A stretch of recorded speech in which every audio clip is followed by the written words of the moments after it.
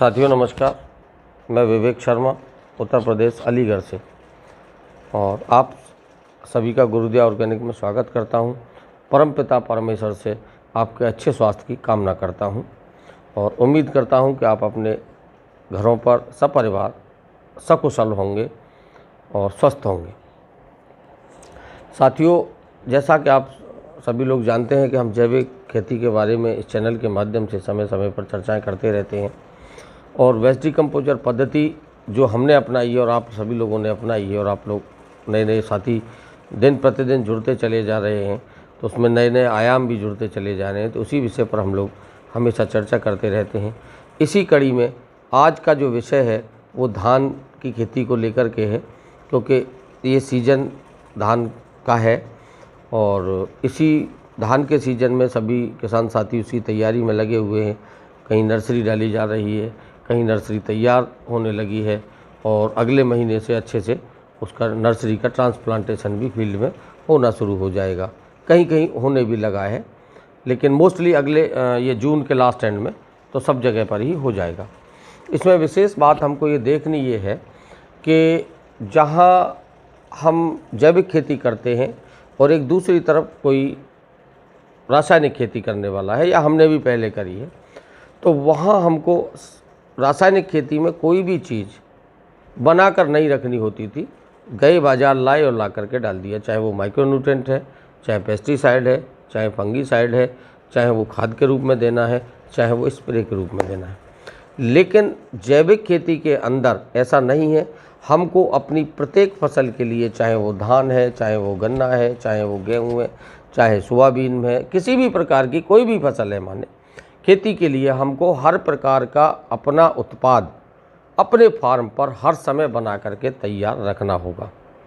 या विशेष तौर पर जो हमारी फसल आगामी आने वाली है उसके लिए हमको तैयार करके रखना होगा। जैसे कि अभी हमारी धान की फसल हम लोग लगाएंगे, तो अभी 15 दिन बाद हम जब लगाना शुरू करेंगे और 10-12 दिन के बाद में वो उसमें कार्रवाई शुरू होगी, तो अभी 1 महीने के बाद हमको इन सब चीज़ों की आवश्यकता पड़ेगी।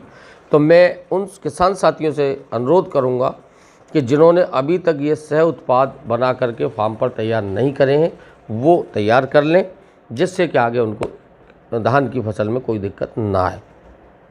सह उत्पादों से मतलब है कि जैसे दलहन तिलहन से बना हुआ माइक्रोन्यूट्रेंट, पत्थरों का अर्क से बना हुआ माइक्रोन्यूट्रेंट, बकरी की एंडी से बना हुआ गोट मैन्योर, तरल जो गोट मैन्योर है वो, और ख़ास तौर पर धान की फसल के लिए आप पोटास ज़रूर बना कर रखें। पोटास जो कि बेल, फल और केले के माध्यम से बनाई जा सकती है।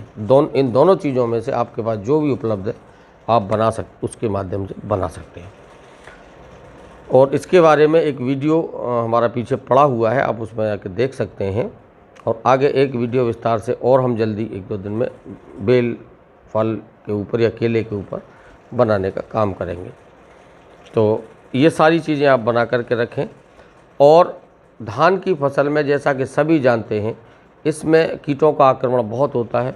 कई बार रोग बहुत आ जाते हैं और जिससे हमको बहुत हानि हो जाती है और काफ़ी नुकसान उठाना पड़ता है, क्योंकि जैविक खेती में हमारे पास ऐसा कोई व्यवस्था नहीं होती है कि हमारा कीट का आक्रमण हो जाए, किसी भी रोग का आक्रमण हो जाए तो हम इमीडिएटली उसको माने क्योर कर सकें। इसके लिए हमको पहले से तैयार रहना होता है। ज़्यादा अच्छी बात यह है कि हम पहले से सारी फसल की तैयारी और रोकथाम करके चलें, जिससे कि हमारी फसल के ऊपर कीटों का आक्रमण हो ही ना। और यह विशेष तौर पर बात जो नए किसान साथी जैविक खेती की तरफ हमारे साथ आ रहे हैं उनके लिए बहुत ज़्यादा उपयोगी है, क्योंकि जो पुराने किसान साथी हैं जिनको 2-3-4 साल हो चुके हैं लगभग, उनको खुद का भी अनुभव काफ़ी हो चुका है, उनकी ज़मीन भी काफ़ी सक्षम हो चुकी है और उनकी फसल भी कीटों से लड़ने की क्षमता रखती है। लेकिन जो नए किसान साथी हैं जो पिछले साल या इसी साल जुड़े हैं और खेती करना शुरू किया है, वो विशेष तौर पर सतर्क रहें और कीटों से बचाव का पूरा प्रबंधन अपने साथ लेकर के चलें। उस कड़ी में आपको एक नीमास्त्र बनाएं, 10 पत्ती अर्क ज़रूर बनाएं। जैसा कि वेस्ट डिकम्पोजर के अंदर नीम, आक, भाक, धतूरा, इस प्रकार की 10 प्रकार की पत्तियां जो भैंस, भेड़, बकरी नहीं खाती हैं, उनसे ये 10 पत्ती अर्क बना करके अवश्य रखें। और नीम की पत्तियों का अर्क, कनेर की पत्तियों का अर्क ये बना करके अवश्य रखें। और साथ ही साथ जो उत्पाद हमको इन्हेंसर के रूप में ये मिला है, ये एक ऐसा उत्पाद है जिसका प्रयोग हम लोग अपनी फसलों के ऊपर करके देख चुके हैं कि इसका 2 या 3 स्प्रे हम फसल के ऊपर करने से हमने देखा है कि कीटों का आक्रमण बिल्कुल भी नहीं हो पाता है। हम अगर कीट का आक्रमण हो गया है उस समय भी इसका स्प्रे अगर करते हैं हम, और हमने जो 10 पत्ती अर्क या अन्य कनेर का अर्क या अन्य कोई कीटनाशक, जैविक कीटनाशक बना करके तैयार कर रखा है, तो उसके साथ हम इसका प्रयोग बखूबी कर सकते हैं और उससे हम अपने फसल को बचाने का काम कर सकते हैं। लेकिन कीट आने से पहले ही अगर हम इसका स्प्रे कर देते हैं तो संभवतः कीट आने की कहीं कोई गुंजाइश ही नहीं बचती है, नुकसान की होने की कहीं कोई गुंजाइश ही नहीं बचती है।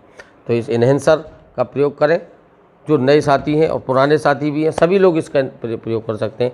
और इस इन्हेंसर की एक विशेषता ये भी है कि इस इन्हेंसर को हमारे जो अभी जैविक खेती में अभी जुड़ने से जो झिझक रहे हैं किसान साथी, वो भी इसका प्रयोग अपने खेतों में कर सकते हैं। मान लें रासायनिक तौर पर जो खेती कर रहे हैं वो भी इसका प्रयोग करके देख सकते हैं और उसका परिणाम आप हमको ज़रूर बताएं करने के बाद में। तो जिन किसान साथियों को इन्हेंसर अभी प्राप्त नहीं हुआ है या अभी उन्होंने अपनी तैयारी नहीं करी है, वो कृपया कर लें। इन्हेंसर मंगवाने के लिए या तरल वेस्ट डिकम्पोजर मंगवाने के लिए हमारा जो स्क्रीन के ऊपर व्हाट्सएप नंबर आपको दिखाई दे रहा है, उस व्हाट्सएप नंबर के ऊपर आप हमको एक व्हाट्सएप मैसेज भेज दीजिए और आपको बहुत शीघ्र इन्हेंसर और तरल वेस्ट डिकम्पोजर भिजवाने का कार्य किया जाएगा। और जैविक खेती में यही 2 हथियार हैं जो हमको पूरी तरह से जैविक खेती करने की ताकत प्रदान करते हैं।